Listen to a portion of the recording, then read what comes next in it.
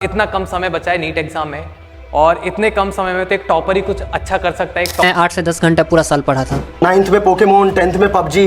नहीं बैठ पाता तुम लोगों की तरह 6-6 घंटे। यार आप ये बताओ कि कैसे मेरे नीट में सिलेक्शन होगा। 6% लोग ही सेलेक्ट हो रहे हैं ना। रिवीजन के लिए ये स्ट्रैटेजी अपनाई थी कि आज मैं तेरे को इस वीडियो में ये बताने वाला हूँ कि एक जो टॉपर जो तुम्हारे बीच में छिपा हुआ है वो इस टाइम पे क्या कर रहा है और तुम्हें भी क्या करना है। So hi everyone, this is me Dr. Sumit, mentor of thousands of students preparing for India's toughest exam, NEET and JEE। देखो यार बेसिक्स की बात है कि अगर आपको इस टाइम पे लग रहा है ना कि यार मैं 600 प्लस स्कोर नहीं कर सकता, क्यों नहीं कर सकता? क्योंकि भैया जो मेरे मॉक टेस्ट में जो स्कोर है ना वही 200, 300, 600 मतलब घिसा पिटा स्कोर चल रहा है। अभी तक मैंने एक भी मॉक टेस्ट में 600 प्लस स्कोर नहीं किया है, तो मेरे हिसाब से इस साल मेरा सिलेक्शन नहीं होने वाला, मेरे 600 प्लस नहीं आने वाले। इतने कम समय में, इतने 2 महीने के अंदर हम ऐसा क्या करें कि भैया जो एक उम्मीद हमने छोड़ दी है ना कि सिलेक्शन नहीं होने वाला, वो उम्मीद दोबारा से आ जाए कि यार सिलेक्शन हो जाएगा। तो मेरे दोस्त देख, डरना है ही नहीं, ठीक है? बिल्कुल मत डर, क्योंकि आज इस वीडियो में मैं तेरी वही सारी प्रॉब्लम सॉल्व करने वाला हूँ। टॉपर होता है ना, वो बहुत साइलेंटली वर्क करता है, कभी वो किसी को बताता नहीं है कि बेटा मैं इस टाइप से पढ़ रहा हूँ, इस चैप्टर को ऐसे कर रहा हूँ, इस सब्जेक्ट को मैं इतने कम टाइम में ऐसे रिवाइज कर रहा हूँ। तो आज इस वीडियो में मैं आपको सब्जेक्ट वाइज बताने वाला हूँ कि आपको सब्जेक्ट में फिजिकल, केमिस्ट्री, ऑर्गेनिक, इनऑर्गेनिक, ठीक है, आपको सभी में बताने वाला हूँ कि आपको ऐसा कैसे और क्या करना है कि कम समय में एक जो होप आप खो चुके हो ना कि सिलेक्शन नहीं होने वाला, वो सिलेक्शन होगा और डेफिनेटली होगा। एक पेन कॉपी जरूर लेके बैठना, नोट डाउन करना साथ में, क्योंकि आपको मैं बताने वाला हूं कि करना क्या है, सब्जेक्ट वाइज बताने वाला हूं। तो स्टार्ट करते हैं। तो सबसे पहले हम स्टार्ट करते हैं आपके फिजिक्स। तो फिजिक्स से रिलेटेड अगर बात की जाए तो है ना, बहुत सारे बच्चे फिजिक्स को देख के बोलते हैं कि भैया यार न्यूमेरिकल।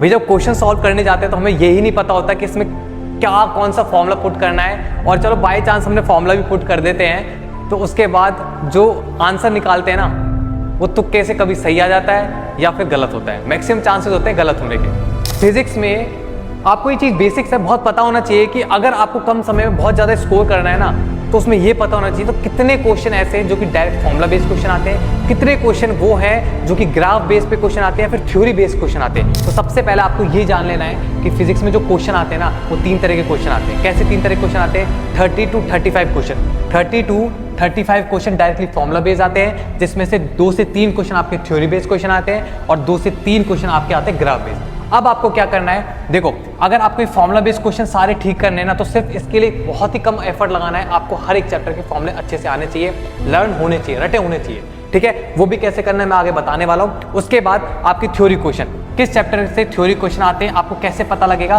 देखो फिजिक्स में ना कुछ ही चैप्टर्स हैं जिनसे थ्योरी क्वेश्चन आते हैं। आपको क्या करना पड़ेगा, आपको लास्ट के 20 साल के पेपर एनालाइज करने बैठोगे ना तो आपको पता लग जाएगा कि यार इन 2-3 चैप्टर से ये थ्योरी क्वेश्चन पूछे जाते हैं, ठीक है? ग्राफ का भी कुछ ऐसे ही फंडा है कि अगर आप लोग लास्ट के PYQs ओपन करके देखोगे ना तो उसमें आपको कुछ है ना सेलेक्टेड चैप्टर से ग्राफ क्वेश्चन पूछे गए।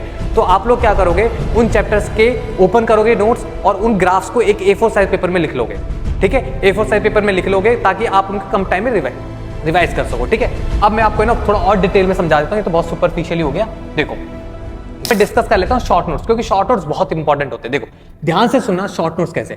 सबसे पहले तो हम क्या करेंगे, इसमें अपना चैप्टर का नेम लिखेंगे। मैंने लिखा भैया सर्कुलर मोशन।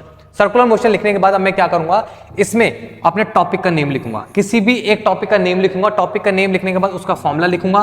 फॉर्मूला लिखने के बाद अगर उस फॉर्मूले से रिलेटेड कभी किसी एग्जाम में, लास्ट के किसी भी प्रीवियस ईयर के एग्जाम में अगर थ्योरी बेस्ड कोई क्वेश्चन आ चुका है तो आप क्या करोगे, उस थ्योरी बेस्ड क्वेश्चन, उस स्टेटमेंट को, उस पैराग्राफ को यहाँ पे लिख डालोगे, ठीक है? लिखने के बाद जब आपको पूरा टॉपिक कवर हो जाता है, फॉर्मूला कवर हो गया, थ्योरी बेस्ड क्वेश्चंस भी कवर हो गए, उसके बाद आपको क्या करना है, 2 से 3 क्वेश्चन ऐड करने हैं। 2 से 3 क्वेश्चन ऐड करने, वो क्वेश्चन ऐसे होने चाहिए कि आपके उन क्वेश्चंस को करके प्रैक्टिस करने के बाद आपके जो कंसेप्ट है ना वो बहुत अच्छे से खुल जाए, बहुत अच्छे से समझ में आ जाए, ठीक है?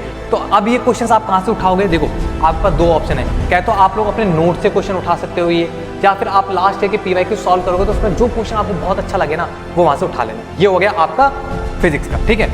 मैं क्या करता था, मेरे टाइम पे जब मैं अपनी नीट की प्रिपरेशन करता था तो मैं हर एक शॉर्ट नोट्स के बाद क्वेश्चन सीट बनाता था। तो देखो क्वेश्चन सीट कैसे बनाता था, ये देखो कितने सारे इंपॉर्टेंट क्वेश्चन है। ये क्वेश्चन ऐसे हैं कि इन क्वेश्चन को मैं अगर कम टाइम में मतलब सॉल्व करने बैठता था ना, तो 10 मिनट में 5 मिनट में एक चैप्टर की क्वेश्चन से लाइक शीट सॉल्व हो जाती थी, और उन क्वेश्चन के बाहर मेरा एग्जाम में एक भी क्वेश्चन बाहर नहीं आता था। तो मतलब मैं फुली कॉन्फिडेंट रहता था कि इससे बाहर कोई क्वेश्चन नहीं आने वाला। उसके बाद देखो शॉर्ट नोट्स, और देख लो मेरे और अच्छे शॉर्ट नोट्स मैं बनाता था। सबसे पहले टॉपिक का नेम लिखा है, टॉपिक का नेम लिखने के बाद उसका फॉर्मूला लिखा है, और इससे रिलेटेड कोई थ्योरी क्वेश्चन ना बन जाए तो उससे रिलेटेड मैंने एक पैराग्राफ यहाँ पे लिख दिया। ठीक है, अब एक एक क्वेश्चन और ऐड कर रखा है। देखो ये जो क्वेश्चन है ना, मैंने ऐड कर रखा है क्योंकि लास्ट ईयर PYQs में पूछा गया है, तो मैंने आप क्वेश्चन ऐड कर रखा है। और ये क्वेश्चन ऐसा है कि इस क्वेश्चन को जब मैं प्रैक्टिस करूंगा ना, तो एक क्वेश्चन को प्रैक्टिस करने के साथ साथ मेरे 3 से 4 कंसेप्ट क्लियर हो रहे हैं। तो इस टाइम पे इस तरीके से मैंने अपने शॉर्ट नोट्स प्रिपेयर करे थे, किसके, फिजिक्स के। अब आते भैया आपकी ऑर्गेनिक केमिस्ट्री। देखो सबसे पहले तो आप ये जान लो कि ऑर्गेनिक केमिस्ट्री में सबसे ज्यादा वेटेज किसका है, मतलब केमिस्ट्री में सबसे ज्यादा वेटेज किसका है, ऑर्गेनिक केमिस्ट्री। ठीक है, अब ऑर्गेनिक केमिस्ट्री को अप्रोच कैसे करना है ये सीखना ढंग से। ठीक है, देखो ऑर्गेनिक केमिस्ट्री में 2 तरह के क्वेश्चंस बनते हैं। एग्जामिनर जो 2 तरह के क्वेश्चन बनाता है, एक तो बनाता है थ्योरी बेस्ड और एक बनाता है रिएक्शन बेस्ड। अब थ्योरी बेस्ड जो क्वेश्चन होते हैं, एक तो होता है नेमिंग रिएक्शन, एक होते हैं कलरिंग रिएक्शन। ठीक है, और ये हो गया आपके थ्योरी क्वेश्चन। तो हम सबसे पहले डील करने वाले हैं आपके नेमिंग और कलरिंग रिएक्शन। देखो नेमिंग और कलरिंग रिएक्शन है ना, ये कुछ इस टाइप की रिएक्शन होती है जिनको एग्जाम ने डायरेक्टली ना, एग्जाम क्या करते हैं, जो आपके एनसीईआरटीज होती है ना, उसमें से डायरेक्ट उठाई जाती है और आपके एग्जाम में पेस्ट की जाती है, कॉपी एंड पेस्ट किया जाता है। तो आपको आइडेंटिफाई करना पड़ता है कि कौन सी नेमिंग रिएक्शन है, कौन सी कलरिंग रिएक्शन है, तो उसका रिएजेंट वगैरह आपको आइडेंटिफाई करना पड़ता है, बस इतना होता है। ठीक है, इससे रिलेटेड कितने क्वेश्चन आते हैं, नेमिंग रिएक्शन से कितने क्वेश्चन आते हैं, 5 से 3 क्वेश्चन आपके नेमिंग रिएक्शन से आते हैं। बहुत इजी क्वेश्चन होते हैं। अगर आप लोग अपने नोट्स के क्वेश्चन में प्रैक्टिस कर लोगे ना, सिर्फ नोट्स क्वेश्चन सफिशिएंट है इसके लिए, एनसीईआरटी क्वेश्चन सफिशिएंट है इसके लिए, और एनसीईआरटी नेमिंग रिएक्शन। देखो एनसीईआरटी नेमिंग रिएक्शन हो गई, आपके एनसीईआरटी क्वेश्चंस हो गए, नोट्स क्वेश्चन हो गए। इन टॉपिक्स को बहुत अच्छे से प्रैक्टिस कर लोगे ना, तो आपके नेमिंग रिएक्शन सारे अच्छे से प्रैक्टिस हो जाएंगे। अब क्या करना है, देखो लास्ट टाइम पे ना बहुत डिफिकल्ट होता है नोट्स को उठाना, उन्हें रिवाइज करना, एक बहुत लंबा प्रोसेस हो जाता है, जो कि हम नहीं करेंगे। हम क्या करेंगे, नेमिंग रिएक्शन, ठीक है, और जितने भी एनसीईआरटी के अच्छे अच्छे क्वेश्चन है वो, और आपके नोट्स के जितने भी अच्छे क्वेश्चन है उनको क्या करेंगे, एक शॉर्ट नोट्स बनाएंगे। शॉर्ट नोट्स कैसे बनाएंगे, शायद आपके लिए आगे हूँ। देखो ये ध्यान से सुनना। देखो ये मैंने शॉर्ट नोट्स प्रिपेयर किया था मेरे टाइम पे, नीट एग्जाम के टाइम पे। मैं क्या करता था, जितने भी नेमिंग रिएक्शन होती थी, कलरिंग रिएक्शन होती थी, एनसीईआरटी की अच्छी अच्छी रिएक्शंस होती थी, नोट्स की अच्छी अच्छी रिएक्शंस होती थी, जिनके चांसेस होते थे कि यार ये एग्जाम में आएंगे, उनको मैं ऐसे माइंड मैप बनाता हूँ। ऐसे बना कर है ना, मेरे को चीजें बहुत अच्छे से क्लियर होती है। तो आपको भी यही करना है, ऑर्गेनिक में आप सभी को माइंड मैप बनाने हैं। ठीक है, माइंड मैप हो गया। देन उसके बाद अब आते हैं आपके भैया, ये तो आपके रिएक्शन बेस्ड फंडा क्लियर। अब आता है थ्योरी क्वेश्चन। देखो थ्योरी क्वेश्चन है ना, कहाँ से पूछे जाते हैं, सबसे पहले आपको ये पता होना चाहिए, और कितने पूछे जाते हैं। 15 से 10 क्वेश्चन डायरेक्टली थ्योरी क्वेश्चन आते हैं। आप लोग जो इन चीज़ों से डरते हो ना, रिएक्शंस, अगर आप इनको छोड़ के भी आओगे ना, कोई दिक्कत नहीं है, आप लोग यहाँ पे नंबर गेन कर सकते हो।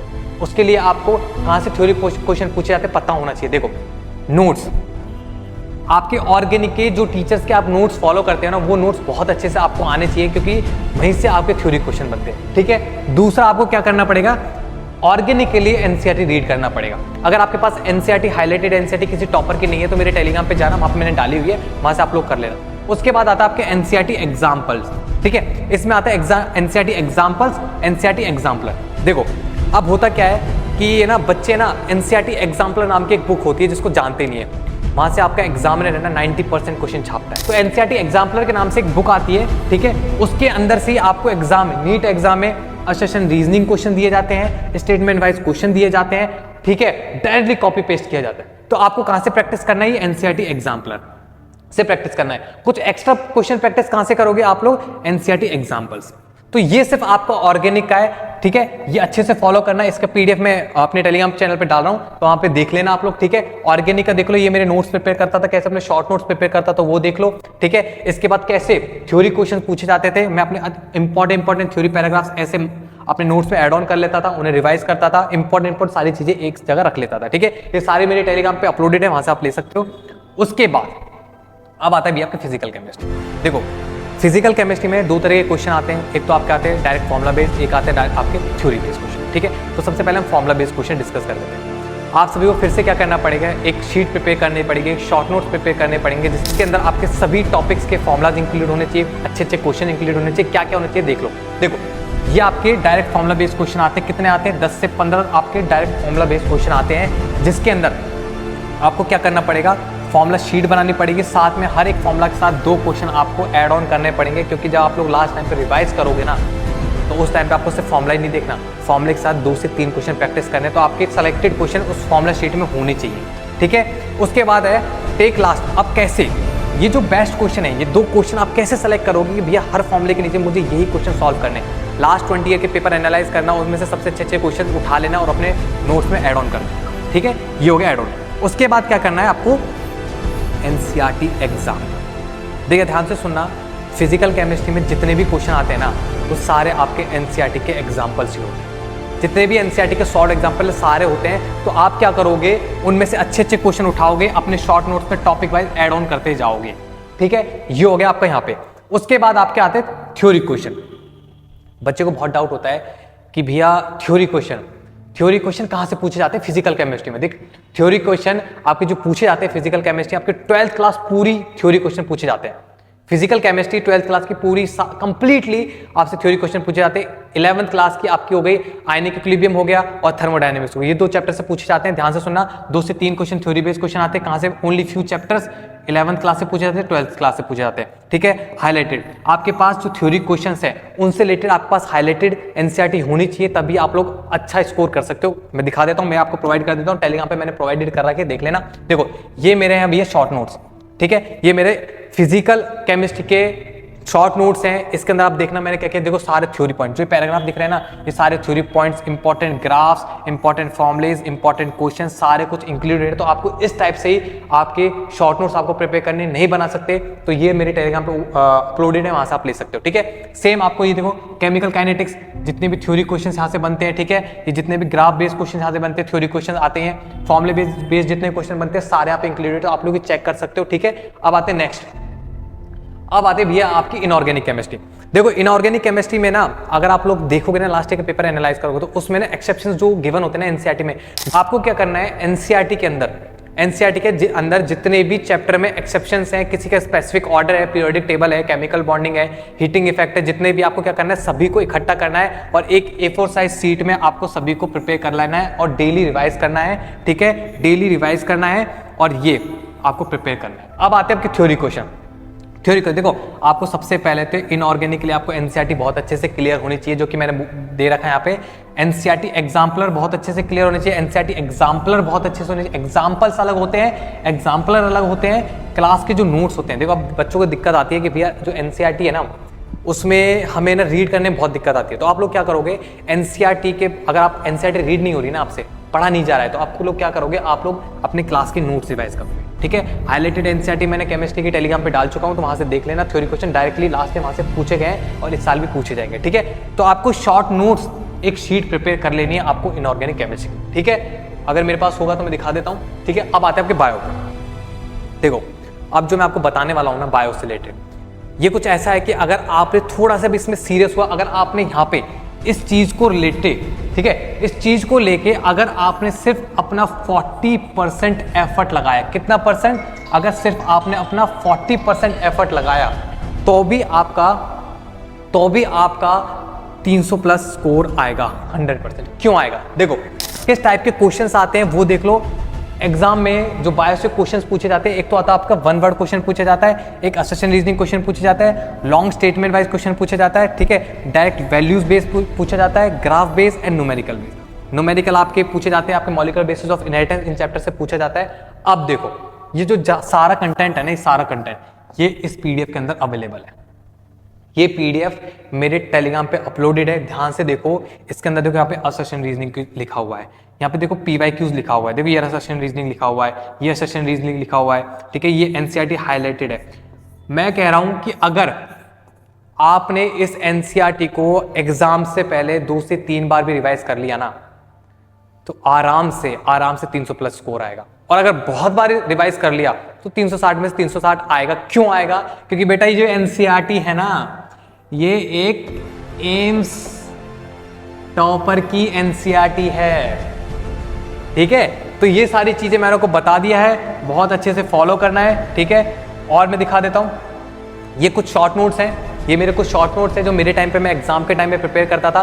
देखो इस टाइप से आपको शॉर्ट नोट्स अगर चाहिए तो टेलीग्राम पे मैंने डाले हैं, बहुत हेल्पफुल है। एनसीईआरटी पूरी हाईलाइटेड इसके अंदर कवर है, अगर इतना भी पढ़ लोगे तो बहुत अच्छा स्कोर कर सकते हो। साथ में आपकी इस टाइप के शॉर्ट नोट्स भी ऑलरेडी अपलोडेड है मेरे टेलीग्राम पे, वहाँ पे आप लोग कर सकते हो, बहुत अच्छा है। ठीक है, अब देखते हैं और कुछ, बस हो गया। So thank you so much, है ना। और आप सभी को ये वीडियो बहुत अच्छा लगा होगा और हेल्पफुल भी बहुत हुआ होगा, क्योंकि इसमें जो मेरा मेन मोटो था ना इस वीडियो में, वो आपको था कंटेंट से।